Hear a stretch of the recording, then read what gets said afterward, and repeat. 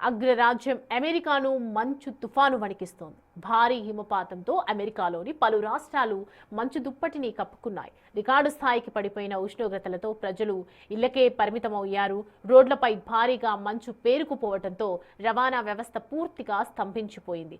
అత్యవసరమైతే తప్ప ప్రజలు బయటకు రావద్దని ప్రభుత్వం హెచ్చరికలు జారీ చేసింది. సహాయక చర్యల కోసం రెస్క్యూ టీమ్స్ రంగంలోకి దిగాయి. మరింత సమాచారాన్ని మా ప్రతినిధి లక్ష్మణ్ అందిస్తారు. టీవీ ప్రేక్షకులందరూ నమస్కారం. ఇప్పుడు మనం చూసామంటే అమెరికాలో భారీగా స్నో స్టార్మ్ పడుతుందన్నమాట. మార్నింగ్ చాలా స్లీట్ కండిషన్స్ ఉన్నాయి. స్లీట్ కండిషన్స్ అంటే మనము కాలు పెడితే కూడా జారిపోతాము.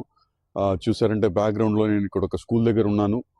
మన దారిలో వీడియోస్ కూడా చూడొచ్చు. అన్నీ బాగా ఆల్మోస్ట్ ఇప్పటి వరకు 2-3 ఇంచెస్ వరకు స్నో పడింది. ఇంకా మన ఇండియాలో ఎక్కడన్నా సముద్ర తీరాన్ని వెళ్తే లేదంటే ఏదైనా రివర్ దగ్గర వెళ్తే మనకు మట్టి ఎలా దొరుకుతుందో అలా స్లో ఇక్కడ పడిపోతే పట్టుకుంటే అంత మట్టిలా ఉంటుంది. ప్రెస్ నేను చాలా కోల్డ్ ఉందన్నమాట ఇక్కడ.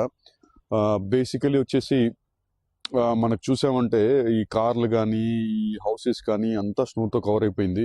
ఆల్మోస్ట్ ఈ రోజంతా ఈ స్నో స్టార్మ్ ఉంది.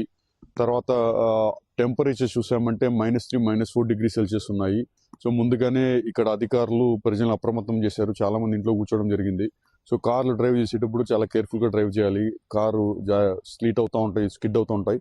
ఇక్కడ ముందే ఏం చేస్తారంటే ఇలాంటి వెదర్ కండిషన్స్ ఉన్నప్పుడు సాల్ట్ స్ప్రింకిల్ చేస్తారు. త్రూ అవుట్ ద నైట్ ముందుగానే స్ప్రింకిల్ చేసేసి ప్రికాషనరీ మెజర్స్ తీసుకుంటారు. ఆ సాల్ట్ స్ప్రింకిల్ చేయడం వల్ల స్నో అన్నది తొందరగా మెల్ట్ అవుతుంది. అలానే రోడ్లో స్లీట్ కండిషన్స్ ఉండవు అనమాట.